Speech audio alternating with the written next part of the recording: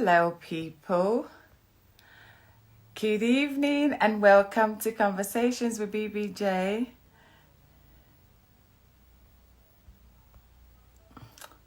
How are you? Well, how are you doing? Thank you for joining. Good evening, everyone. Thank you for joining. Thank you for joining, ladies. Good evening. Good evening. Good to have you on board again. Good evening, everyone. It's so good to have you join me. Hey, Bumi. Hey, Biola. How are you? Hey, Biadu. See, this your handle every time makes me make me feel like I want to call Biadu and I'm calling somebody else. Hello, I can see my guest is here as well. Hey, Olumide, thank you for joining. I've got Prof here. I'm just to come on board with us.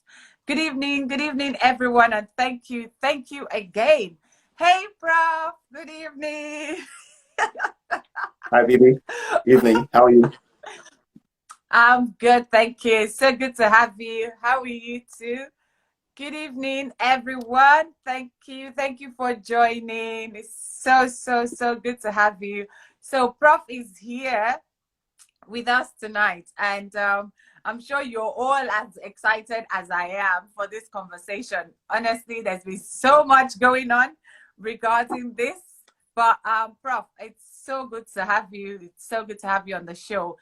Thanks for having me. Thank you for coming. So, ladies and gentlemen, as you know, so let me just say, let me put out the caveat there first. So we all know that Instagram doesn't let you do more than 60 minutes. And I already can see how this is going to go over 60 minutes. So please, guys, bear with us tonight. We are here to learn. I want to know whether I should take the vaccine or not. So I'm sure that's why you're here as well. So I wouldn't want us to rush Prof in any way whatsoever. I want him to give us all the valuable information that we need. Remember, this is about, I personally don't have an opinion on this. This is about having good information to help you make that informed decision. So, so it's important to be able to hear from the scientists, the people who are learned in that field, so thank you all so very much for joining. I know that we have new COVID rules coming in again. Prof, all right, so that's all of that. Now let's get started. We've got people waiting. So good evening again, everyone. I'm just going to introduce Prof to you very quickly. He's going to tell you a bit more about his background. So he's a scientist, right? And I wouldn't even dare try to introduce him to you or tell you what he does. I would give him that job to do by himself because I don't want to murder it. I want him to be able to tell us exactly what he does.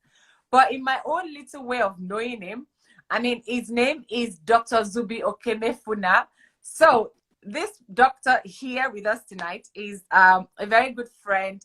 He's also a co-host of the show, of our Sunrise show that we hold on Sundays before service starts. So guys, tomorrow morning, just come and watch the show. It goes live at 9 o'clock in the morning, and it's between 9 and 9:30. So we're both co-hosts of the show. So anything whatsoever you want to hear, we discuss so many things, different things. But yeah, Prof. So it is so good to have Prof with us tonight. We have tried to address this topic on Sunrise, but of course, due to limited time, we weren't able to delve into it as we want to be. But here we are having a no hold back conversation. We're going in for it. We just want to know. I want every single person to get ready with your questions as well. First of all, I'll give Prof some minutes to tell us about himself, what he does, so that we can know and believe that we actually have somebody who is very learned in this thing talking to us tonight. So Prof, over to you. Welcome again. Thanks, Bibby. Pleased to be here. Glad to be here. And yes, in a couple of minutes, you're right. I do have a PhD. structural and molecular biology. That was from UCL. And actually, my area of interest, my specialist area of interest, was immunology. Okay, and as part of that research, had a number of publications. If you just Google them, you'll find them, right? In this space, particularly, I actually researched into a protein that is responsible for regulating immunity, or a number of them actually, not just one, okay, which is actually relevant to our conversation, okay? So I would say that as far as background is concerned, this is certainly an area in which I'm academically and professionally qualified. I'm also published in this area, and so that means that, you know, as far as academia is concerned, and as far as the body of knowledge is concerned, contributed to it, and I'm recognized in that field.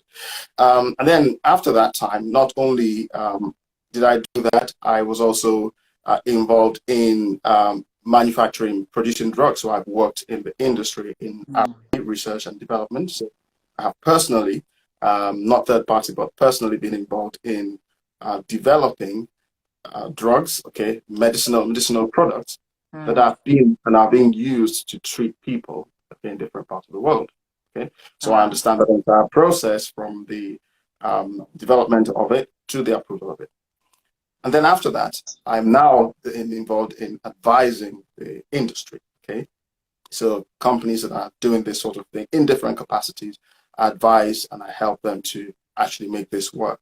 So in a nutshell, not only do I have the academic background and training, as far as this is concerned, I also have the hands-on experience, not just in my own capacity in research and development, but also in interacting with all the people that are involved in this kind of process. So I think that when I'm saying certain things and having this conversation, it's certainly not from a place of either, you know, watching a couple of YouTube videos or things like that. No, it's from a place of being part of this industry and understanding it, I'd say relatively well.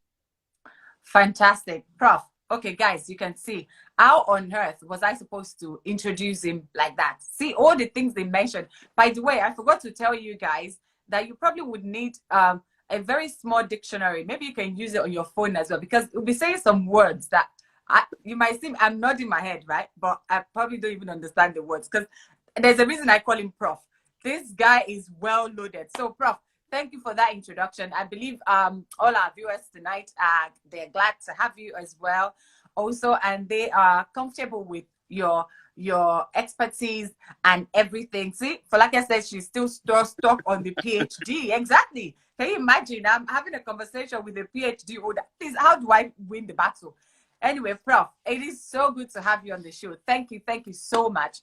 We'll get straight into it. I know we have, I've written out a lot of questions that I want you to go through, and I'm sure that our viewers also will have questions as well that they want to don't like to ask, because the main thing about this is that, well, we might not know whether the vaccine is a good thing or a bad thing for now. But of course, what we want to do is to make the right decision for ourselves. And I'm hopeful that you will be able to provide us that information that we need to take the right decision, basically.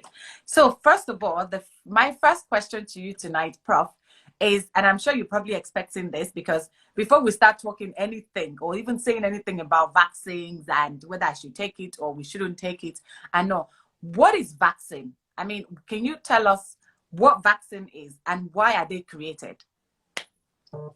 I think it's a good place to start, right? It's very important to lay the foundation so we understand what we're talking about, and we establish that when we are, using the term vaccine, it's the same. We have the same understanding across the board. So the word vaccine, in essence, is a way to describe training our immune system to respond to threats.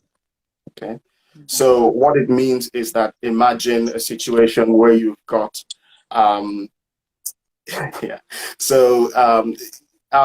we exist in a world full of stimuli, full of, if you like, things that are always attacking us, whether we can see them or not. And central to our being able to survive and thrive in this environment is that we are able to resist. Okay, we're able to withstand that attack by these external agents. So we are built, right? Every single part of us is built and established in order to do that. But sometimes, actually, these manage to get past.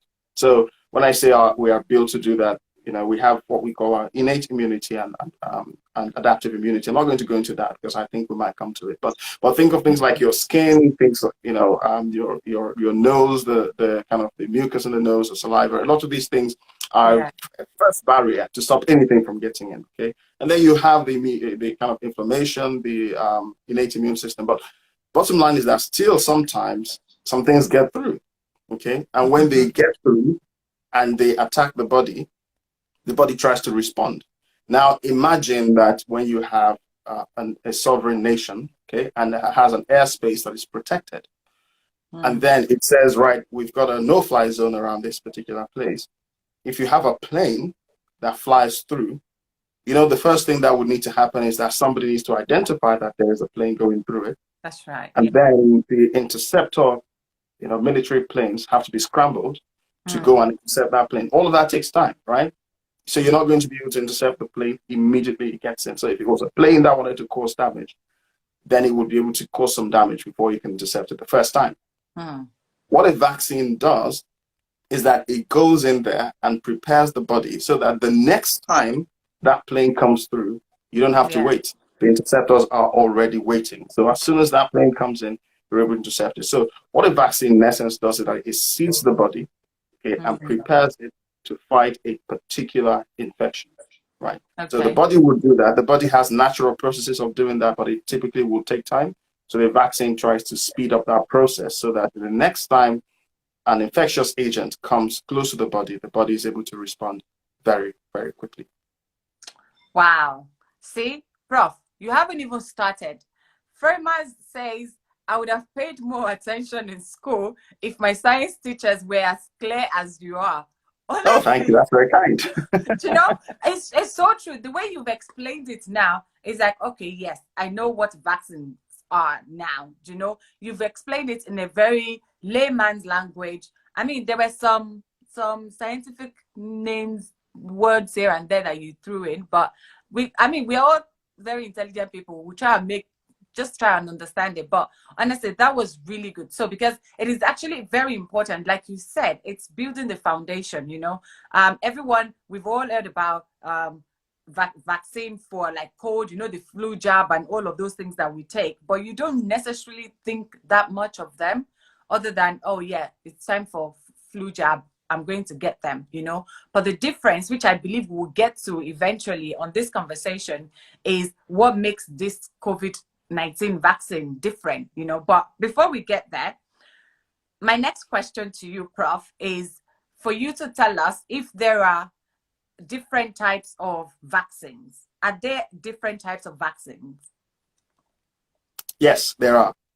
Okay, and the differences are one of a number of ways. Okay, obviously vaccines can be different in what they target. So you have vaccines that target viruses. You have vaccines that target bacteria.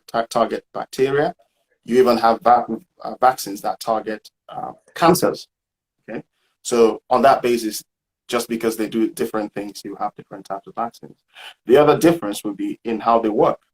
Okay, in the sense of how they are created. Okay, so if you think of what I just talked about earlier, and so if the body is trying to prepare itself to respond quickly, right, to this invader, because that's what it is. It's like a war, right? So the invader's always looking for ways to get through, and your body is always looking for ways to counter it. And 99.9%, I just made up that number, but the vast majority of times your body is successful. You don't even know when anything is going on because your body just deals with these things. So we're only concerned about them getting through. Now, when they do get through, there's a dilemma, right? Or at least there's a strategic, I guess there's a question of strategy. So if you think of this, again, in terms of war, you kind of think, when this enemy comes in, what is the quickest and most effective way for me to deal with this enemy? Deal with it, yeah. If you think of any enemy that comes across, you think to yourself, I can either try to fight maybe the foot soldiers, I can try to fight the infantry, I can try to fight things that are just on the periphery, or I can look for what is at the core of it, what makes the biggest difference, find how to get to it, and then go straight to it and do it. Think of all of the movies that you watch, how it is that you go for the, the heart of it, the kind of the evil mind. Exactly. So that's how the body works as well. So it tries to figure out where the main difference is. That one shot, when it gets it, it makes a real difference. Okay.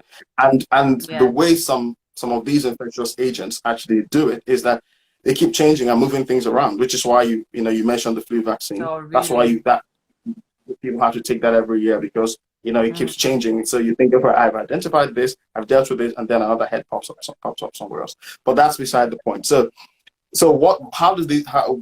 what do you need to do then in order to develop different kinds of vaccines? Now, particularly with respect to COVID, okay, we're talking of viruses. Yeah. When you have a virus is in essence a very simple, if you like, possibly the simplest.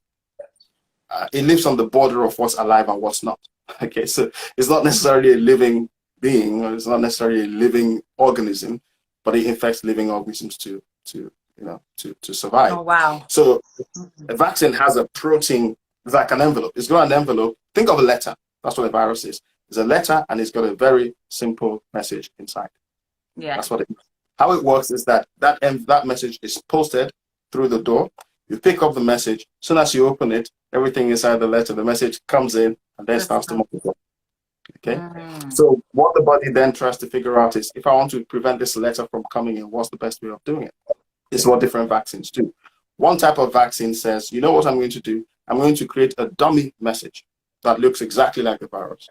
Send it into the body. So the body looks at it, understands what it looks like, and prepares and says, whenever I see a dummy message that comes in this white envelope that has this kind of handwriting, I know it's this virus. So that's one way of doing it. Yeah. So so vaccines like that will be made of attenuated viruses, or at least some sort of viral capsule, which is in essence a dummy message. Okay. The second kind of thing method would be, you actually get the message inside. Forget the envelope. Get the message inside. Copy the message. Right, so it doesn't, it doesn't cause any problem, and then you actually just show the message directly. What that does is that it bypasses the stage of having to open the envelope. You can read the message directly and know how to respond to it. So that's a bit quicker. Okay, so that's where you think of mRNA. So that's what the Moderna and the Pfizer vaccines are doing. So they've skipped the envelope completely and just created the message, which is the RNA, and then you can read it directly.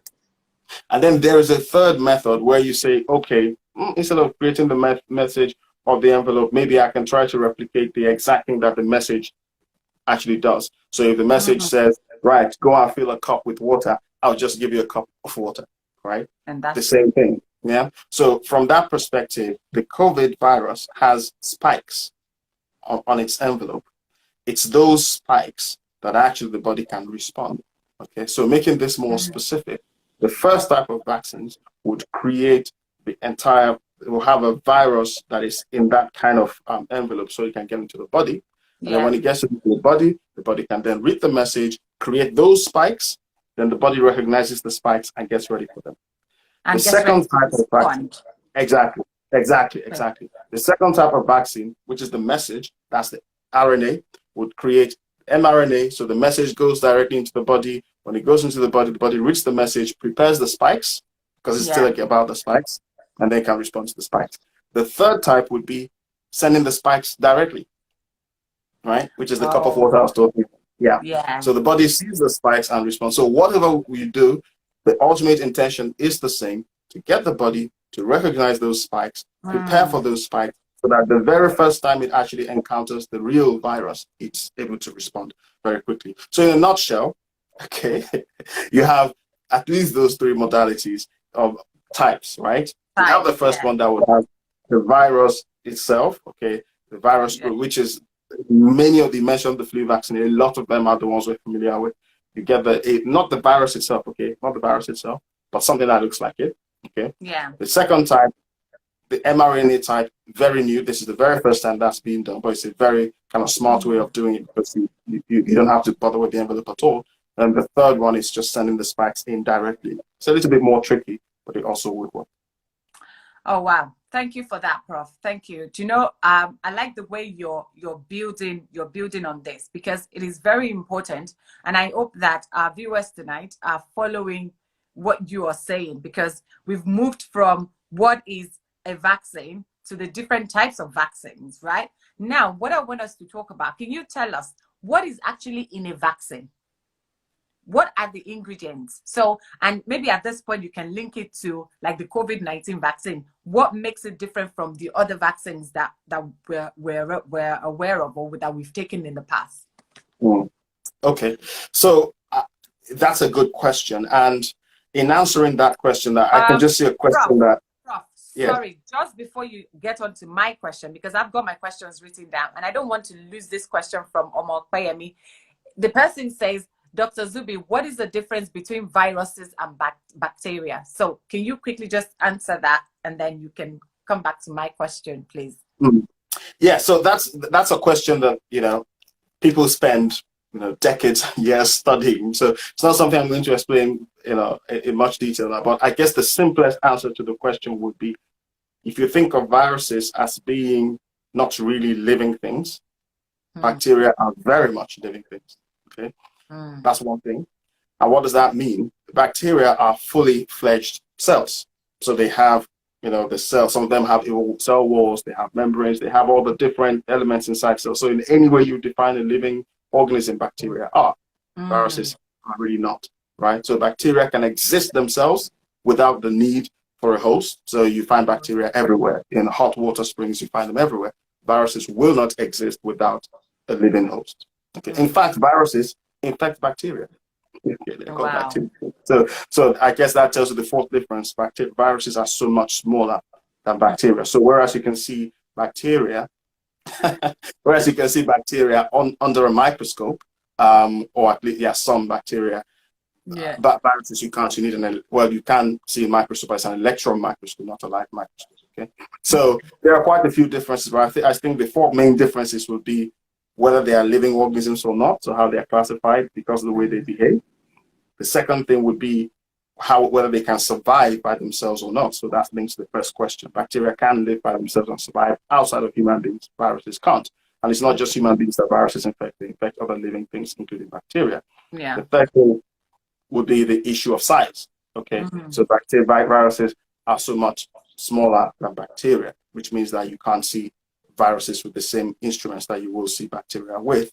And then the fourth thing that is linked to that would be the kind of instrumentation you need to be able to see those, and of course the treatments that will work, because they are different. Okay. Thank you very much for that, Prof. At Omo Payemi, I hope that answered your question. Well, Muralayo Lua, I did say to get your pen and paper ready, and also dictionary as well, because Prof is a scientist and he's going to be telling us, saying so many different words that, I mean, we don't know. You see me, I'll nod my head, but I'll follow. I'll do my best to not use them. So yes, so please go get your pen and paper, as long as you don't have to go for too far. So yeah, Prof, thank you for answering that question. So going back to my question about what is in a vaccine, what are those things in there that we should be aware of? Yeah. So I always come back when I come to thank you. I'm glad you found it useful, Omo. So I always like to, when it comes to biological stuff, I actually always like to compare it with cooking, because that cooking is something that a lot of people are familiar with. People understand about food and what you need to do with food, and I guess it will help us to understand what happens at these much smaller scales, biologically speaking.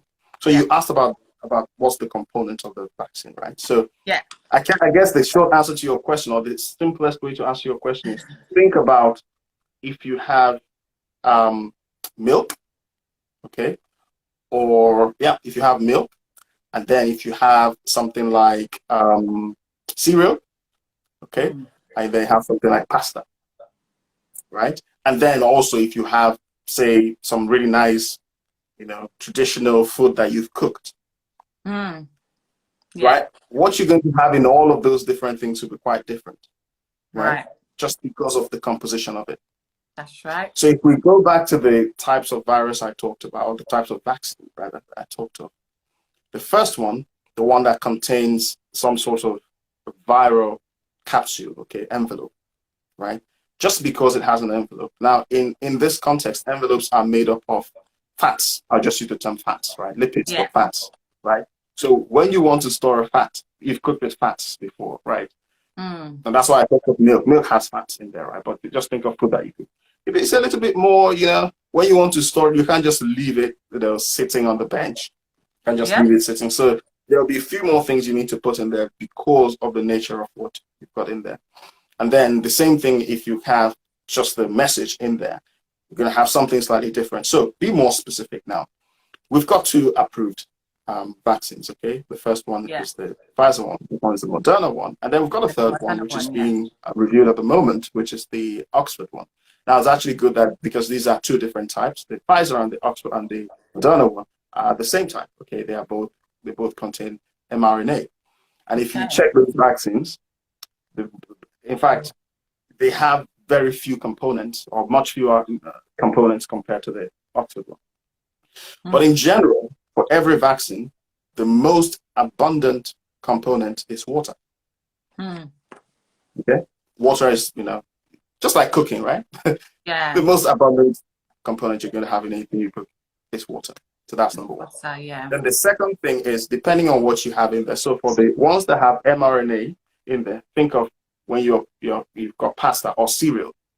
You can just dump that into water. If you're cooking your pasta, you dump that into water. You don't really need much. Maybe put salt. Right? That's right. Yeah.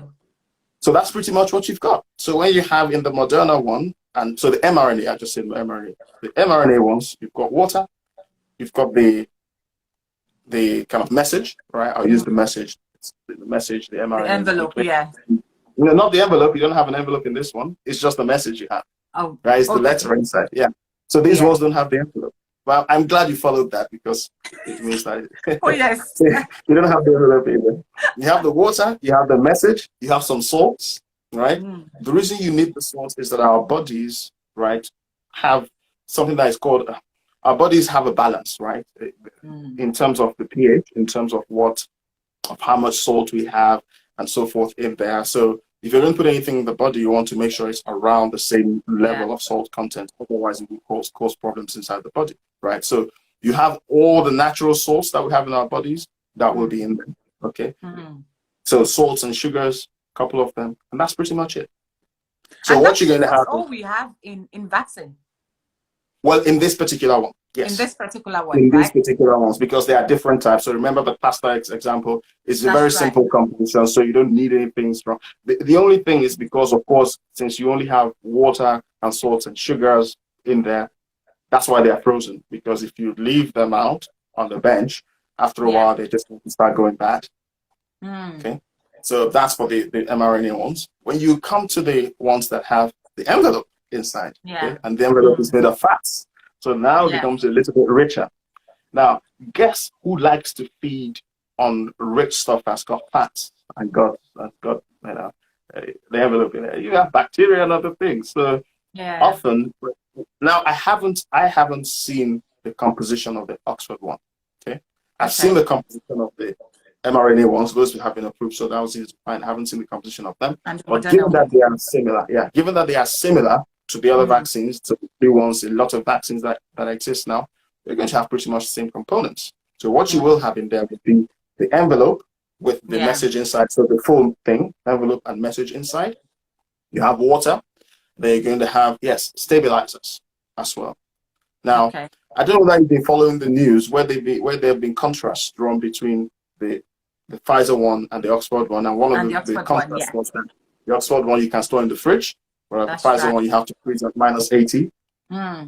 Yes, the reason you can store that Oxford one in the fridge is because it's got stabilizers in there, right? Preservatives, right? Preservatives. When I say preservatives, don't think of preservatives as something that actually, harmful to the body or outside the body. All the preservatives that you have are preservatives that you typically find inside the body. So when people develop these things, they actually look at what you've got in the body, and we'll come to that because, like I said to you, I've worked on these things. I've worked on products that go inside the body, and you have to be very careful that you don't introduce anything in there that is not already going to be in the body. So in summary, water, salts and sugars, right? Of course, you're going to have the active ingredient, which is the vaccine itself, and then depending on the kind of vaccine it is, you would have some preservatives in there. in there. Fantastic. Do you know, that is so good. Thank you very much. As you've said, for this particular vaccine, we're looking at the ingredients is water, salt, and sugars, and then depending on what it is, some sort of preservatives, right? So that is really good. But do you know, Prof, there was a time, I think maybe earlier on, maybe about 2 weeks ago or so, when the very first Pfizer vaccine was going to go live. There was on the news then that, oh, this only has about 95% efficacy or something like that, you know? And so, which means for me at that time, it meant that, okay, 95% of this would work. I mean, for 95%, it would work.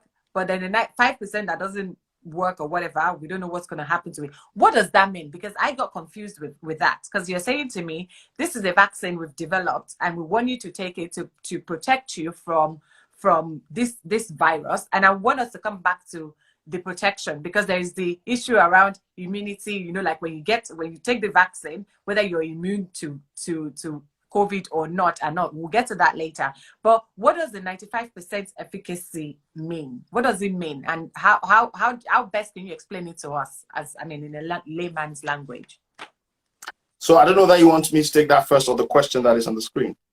So is the question here, it says, so preservatives help with vaccine distribution where there is little to no electricity for fridges, Abby. Okay, so that's a question. So yeah, please take that first, yeah, and then we can go back to mine. Thank you.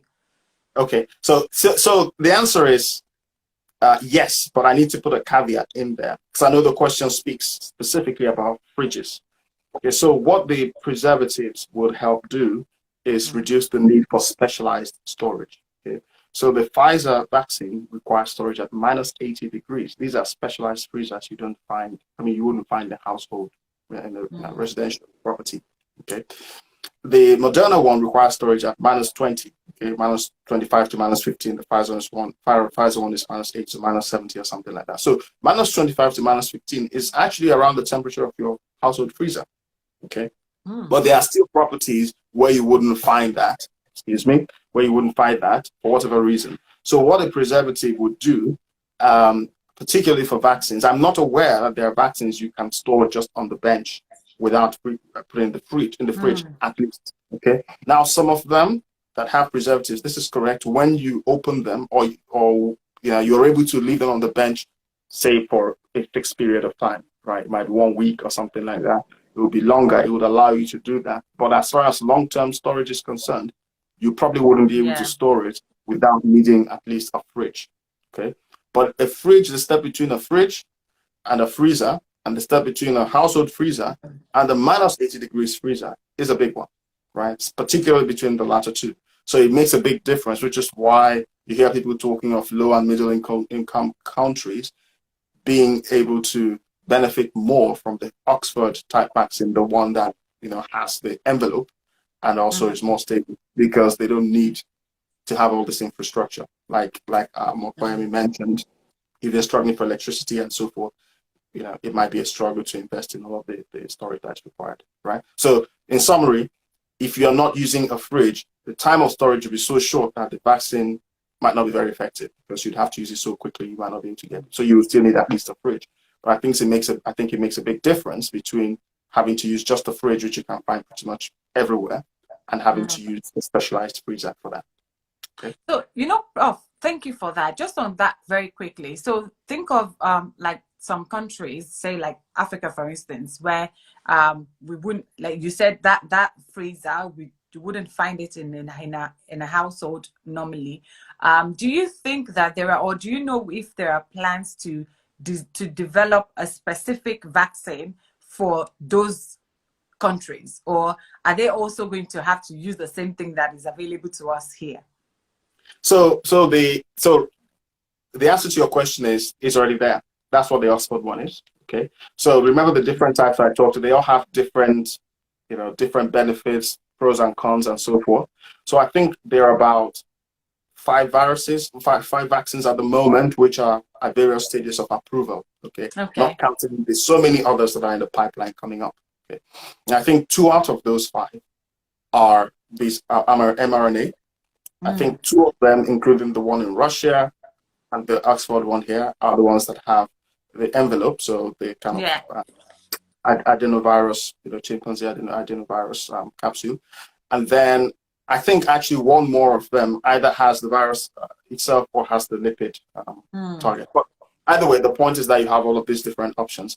And the reason why so much is being made of the Oxford one is precisely because of the point you've made. Now, the challenge with storage is not going to be just in low and middle income countries. Even in this country, or in fact, in the West, have you ever seen a minus 80-degree freezer? Well, I'm here to see it. Yeah, well, so the majority of people may not have. I have, because I've worked with it. I've seen minus 80, I've seen minus 70, I've worked in minus 40, but the majority of people would not see those. So it presents challenges. Think of the amount of energy you need to maintain those temperatures for that long, right? And then think of transporting the vaccines between places. So it's a challenge, right? And that's why when you have something that doesn't require as much investment or as much infrastructure, then it works better. So that's why the Oxford vaccine, this is the first of many probably, but that's why that one is being touted as the one that will be the vaccine for the world. These are the ones that are more specialists. They probably won't make their way that far out, but that one, because of what we just said, is more likely to be used a bit more widely, particularly in the country you've talked about. Okay, that's good. Well, that's good to know. Thank you very much. So now we can go back to my previous question, which is on the 95% efficacy, or that, what does that mean? So they've told us this is a vaccine you have to take, but I can only guarantee 95% that it would work and whatnot. So does that mean that even taking it still means you still have the risk of that 5%? What does it mean? Well, what it means is that, like any treatment, any medical device, any medicinal product, there is no medicinal product that is 100% right? That's just the way it is. There are genetic differences between people. They're just things that we don't know why, right? There just isn't. All you can say is that, and that's why, and I'm hoping we can get a chance to talk about this. That's why there are very rigorous criteria in place to test and make sure this actually works. Because the fact that, as I would do then, I can sit in the lab, come up with this wonderful idea, and then say, yes, in principle, it should work. It doesn't mean it will work in practice. Okay?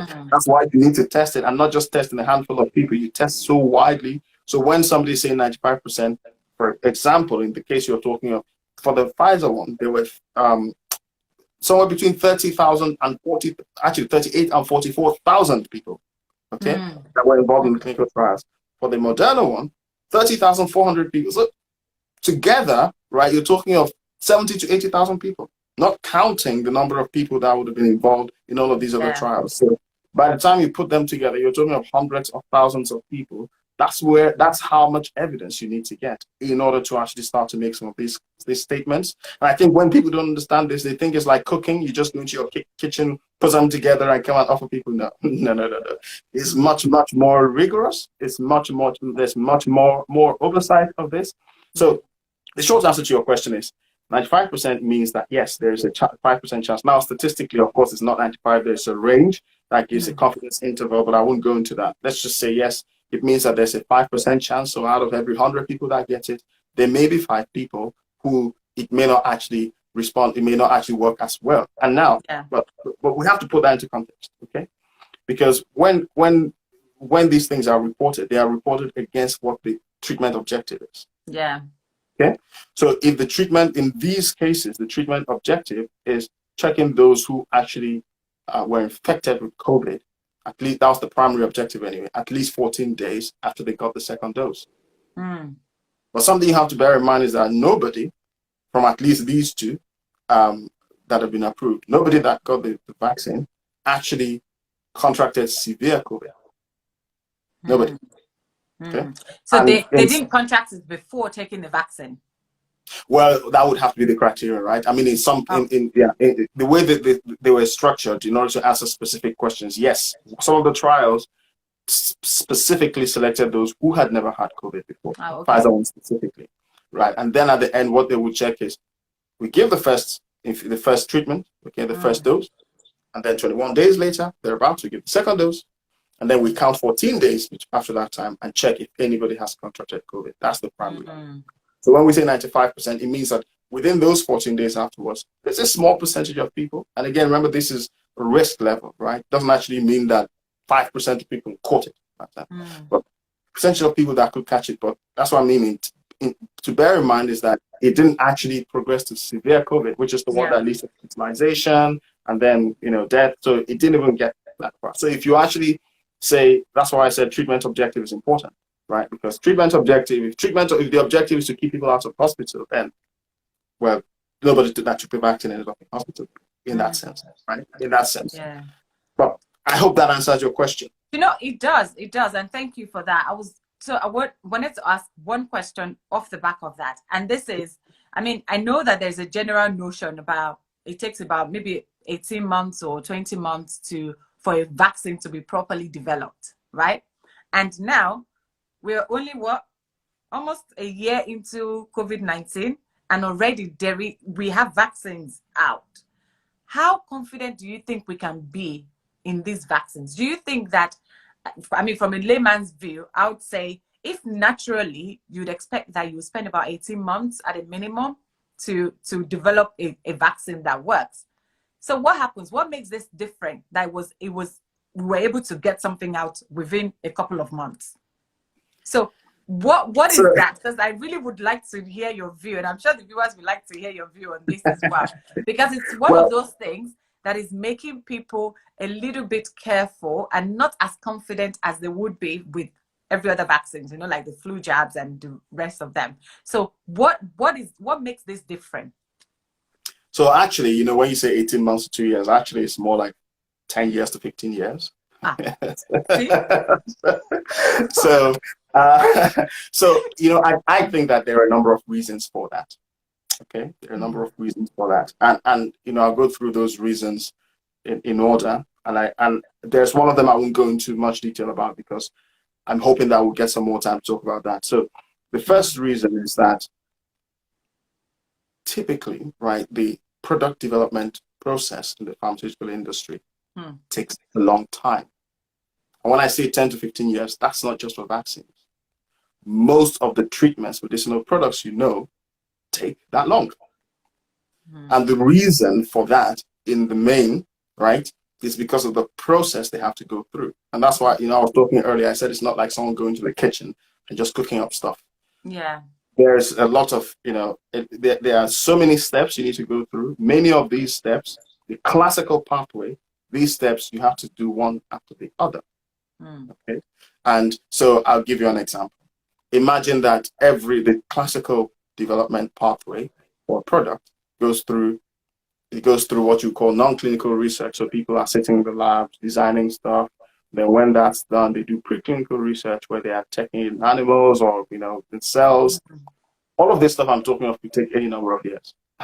Some of them could already, before you get as far as even trying to put in human beings, you could spend 5 years, 10 years, right? So then, once you've done the preclinical to establish actually that you have a good case for even trying to put this in people, then you have to go through phase 1, phase 2, phase 3 before you try licensing it. Each one has its requirements. Each one takes time. So if you have a treatment that you want to follow, say for example a typical vaccine, you want to follow the people being treated for maybe at least 1 or 2 years to see how long the response lasts. That means you can actually progress to the next stage, especially for something like a vaccine. There isn't usually a rush, right? So you'd say, okay, let's finish this one for this long. And by the time you multiply 2 years plus 2 years plus 2 years, right? You see the years adding up. Yeah. Right. So that's what would, So now what's different in this case? Well, a couple of things. Number one, remember how I told you about the initial part of it, that before it even comes to preclinical work, that it could take years. Yeah. Well, in this case, that time was cut very much short. Why? For a number of reasons. Number one, a lot of the technologies that are being used were already being worked on for something else. Yeah. Remember that this is not the first, it says COVID. It's not this first COVID. It's not the first coronavirus. Remember SARS in 2002, that's right, 2003? Yeah. So that's SARS-CoV-1. This is CoV-2. So the technology was already there. As far as the envelope one I was talking about concerned, That was already there. In fact, I mentioned envelope. That's the same thing that was used for flu. So that's well understood, well known. All you needed to do really was to put the message in the envelope. That's well understood. That's and then number one. send it. Oh, I see. The same thing for the mRNA. Okay, I guess it's a blessing that people were already working on this technology. I mean, again, going back many years, but specifically working on developing treatments for other conditions, maybe not COVID. But the beautiful thing about some of these technologies is that once you set them up and you get them to work, that's why they're called platforms, right? Because then you can very easily move on them. Okay, so that's number one. So that shortens that upfront piece where people are spending a lot of time in the lab because people had already done a lot of that work. That's number one. Number two, think of this, right? People are doing this in the middle of a pandemic. So whereas previously people would say, yeah, I'm going to work my 9 to 5, 5 days a week, and then go home. Now people are probably working 24 hours, right? 7 days. So everything is being compressed, right? So you're doing a lot more in a shorter time. So that kind of shuts that. So the thing I'm describing, that probably was done in the first few months. Okay. Now the second thing is, I told you of all of those different steps: phase 1, phase 2, phase 3. All those steps. Okay. But what happened this time was that because of the need to get a vaccine out sooner rather than later, in many cases the follow-up time was shortened. That's why you hear people say, we can't tell you the efficacy of this vaccine beyond 2 months, because that's how long we followed. Typically, previously, we may have followed for 2 years, we may have followed for 5 years, but now we haven't followed for that long, so we can't tell you about the efficacy. Now, as I'm talking of that, I can see somebody asking a question about side effects.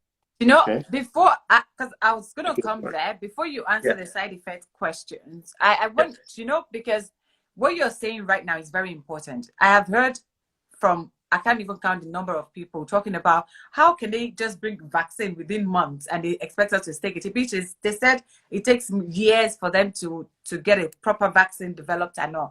And it is so key what you said, that you said something that is so key, and I hope our viewers heard that, which is about they built on what they were already working on. So they had a system, technology was being worked on already. And I mean, this is probably like, my own lifetime, this is the first time the whole world would be at a standstill because of a virus. Do you understand? So you can understand why they will pull all the resources, all the money, the funds, everything that it would have been taking years to approve and all of that. They can pour everything into it right now. This is an emergency. We need to sort it out. So every other thing can wait. So what we thought that would take 5, 7, 8, 10 years, we see that it's actually happened. It's possible to achieve this within 6 months if we put all our resources together. So thank you for saying that. Before you go on to the side effects question, Wellness Abby has a question here. She says that what is the difference between this vaccine, that's the COVID-19 vaccine, and the flu vaccine? I think earlier on you were talking, you kind of mentioned it slightly. Can you please just give us a bit of an insight into that? What is the difference? Because the flu vaccine, everyone takes it. I mean, people take it and don't even think about it. So, I mean, what makes this so special that if I'm very comfortable, I still took a flu vaccine last year, I've taken for my children this year again, do you understand? But the same confidence I had in taking flu vaccine is not what I have for COVID-19 now. But I think you're convicting me a little bit tonight, but let's just keep going. So please tell us the difference, please. I think it's an important question you're asking. And I think, let's look at what those differences could be, okay? In principle, I shouldn't say in principle, as far as design is concerned, right? So as far as the type of vaccine is concerned, rather. So as far as the envelope, because they both have, the envelope and the message, remember that analogy? Yeah. They are the same, okay? So in terms of the composition, if anything, the one that is going to be made now will be, if there were any, because some of these flu vaccines are relatively old. So what happens with just anything, the more recent they are, if there were any issues with the other one, it is made better, right? So of course, I'm not saying the other one wasn't good. I'm just saying, if anything, you should be more confident. But they are both fine, not an issue anywhere. So as far as the envelope message concerned, they're the same. Of course, there's a difference, right? Because they are they are treating different conditions, right? They are treating different viruses. So the flu virus, influenza, hemophilus influenza is quite different from the flu from COVID. So I think that's the most fundamental. And to be honest, the question you're asking is a very good one, because that same question can be asked about any vaccine. And the differences I told you are pretty much the same. The same way you can't use, okay, put it this way. For bacteria, right, you could have something like antibiotics, broad spectrum, narrow spectrum. You can have one, it will knock out many. Doesn't usually work like that for viruses, right? So if you're going to have a vaccine, you usually need to prepare a vaccine for each specific virus. Yeah, class, right? So that means that as far as the composition is concerned, pretty much the same. Even the envelope, in many cases, very much the same. Is the message that'll be different? That'll be different. Right? So, in broad terms, the Oxford, again, remember we're talking of similar time. So we're not comparing the flu vaccine, for example, with the Moderna with the mRNA one. We're comparing with the Oxford one, which has a similar kind of design. So as far as the composition is concerned, very similar. As far as the method is concerned, very similar. The only difference, principal difference, is that they are treating different viruses, and so they are not interchangeable. It's like you taking, antibiotics trying to treat the flu or common cold. It won't work, right? So that's the same thing. If you take the flu and vaccine, it's not, it shouldn't, right? And I don't think there's any evidence that shows that it works for COVID, because they are different. Okay, so thank you for that. Wellness, Abby, I hope that answers your question. So what I took out from there is that we know now that vaccines are developed for specific viruses, right? So it wouldn't just be that, oh, because it's flu vaccine, let's use it for COVID. Because when you think about it, even the way the viruses attack the body, it's different. What they attack, I want to believe, I'm not a scientist, I don't know anything about it, but from my own head knowledge, what they attack in the body is different, and how they attack is different. Hardly would you hear, people still die from flu, you understand, but not at the rate that we see COVID-19 operating right now. So yeah, thank you for that. Folake has a question here. She said, so back to the side effects question that we moved on before. So she said, but what of the side effects that used years to verify? Has technology gone round us? So please, so this is when we're talking about technology being available, being worked on already before COVID came. So it was that, and that helped to kind of hasten the whole process, if you like. So what are the side effects of this vaccine, if there are any? Because wait, before you answer, Prof, I saw on the news one nurse took it, and after she took it, she fainted. So what does that mean? I mean, so please tell us. Did you know that there are side effects of ibuprofen and Panadol? And pretty much any medicine you take has side effects, right? You know the label that you get in the pack, the insert, it will list those side effects. So if you didn't know that before, just know that every medicinal product has side effects, and it's the same thing, right? Remember how I said it reacts differently. That's why you may have the 5% or 95% efficacy. It's the same thing here. So when people talk of side effects of vaccines, I mean, that's part of the course. It's no different from what you have with other things. Okay, so I think that that's that. But the comment. Can I take the question about the side effects on technology now? Yes, please. Yeah, because there is, maybe you can add this to it, because Beulah she said mRNA tech, although being worked on before, however, this seems to be first time humans are inoculated right with this, right? So she's asking, this is the first time this has been used on humans. So maybe you can add that to your response on the side effects question. Yeah, sure. That's so. So it depends on what she means by this, right? Because I think a common misconception among people is that they think that when vaccines are being administered, that's the first time it's being given to people. That would be completely irresponsible. Why would anyone do that, right? So what I said earlier is that for the particular mRNA vaccine she's talking about, I'll repeat that, the Pfizer one had 38 to 44,000 people involved. That's just in the phase 3, right? When you add all the previous phases. And then the Moderna one had 30,400 people. Okay? Add that together, you're getting over 70,000 people. So if you're referring, when you say you're referring to the vaccination itself, no, that's it's not even the thousandth time.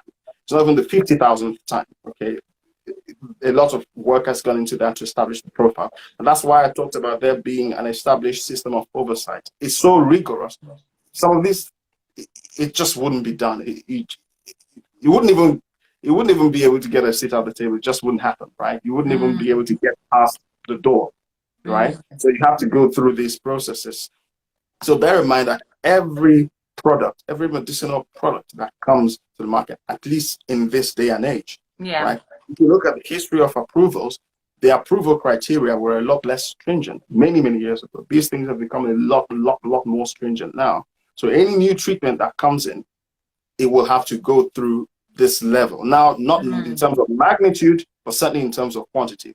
Okay, it will go through through that level. So I still haven't answered the question about. I can see questions coming in. You haven't yet. The questions are coming. Let me get back to fast. So let me get to that question. If I just don't want to go too quickly, and then people don't understand what I'm saying, right? And that's why I think people are following. I think people are following, and these questions are definitely what people want answers to. And it's, remember, this is trying to help us make the right decision here. So so please, the pace you're going at is very okay. As I said earlier, viewers, if this goes off, Prof, I still have a few questions that I need to go through as well. So we might need to drop off and then come back up again, but let's just go with it. Yes, for like I know 3 minutes. Yeah, I'm looking at it, but yeah. Okay, so I think I'll do the safety question and then we can come back because there are a number of questions. So maybe we can deal with those ones on the screen when we come back. We have to take note of these questions because when we go off this, we won't see the questions again. Okay. We'll have to. Well, so.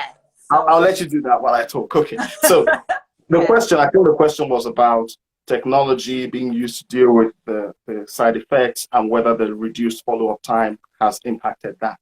So the answer to your question is actually these are two different things. Okay, so the technology talks about the method of designing the treatment. Following the side effects has less to do with technology. Okay, it's really about observance. In fact, the term for it is pharmacovigilance, right? Vigilance, about being vigilant, and they are very kind of strict measures. So when the clinical trials are being done, the people who are doing the trials, they are very rigorously followed, and every side effect, potential side effect, because that's what it will be at that time, is captured, documented, and that's how you know what those side effects are. Every new treatment that comes into the market because it's new, right? Comes into the market exactly with the same profile. We have a safety profile based on the exposure that we've had to clinical trials, and that's why you need so many people. So if you think about it in person years, if you think that, say, an average person, I don't know, lives for 70 years, for example, and you have 30,000 people. So you're talking of 210,000 person years or something like that, right? Yeah. In total, as far as the safety is concerned. Now, so as far as technology is concerned, it's not really related because it's not the same technology. Technology is for developing the drug. The safety aspect of it is really a separate thing where monitoring is done. There are very clearly defined frameworks for that. Now, the question is, sorry. So our timer is now on. We are on like 56 seconds. So viewers, I'm going to end this live now. Please join us back. We'll come back live right straight after. Please join us back. I've taken down the second question Beulah has. And Prof, just hold your thoughts there. So don't forget what you were talking about. And then we can address it when we come back up. Guys, thank you so much for joining. See you in a few seconds. Thank you.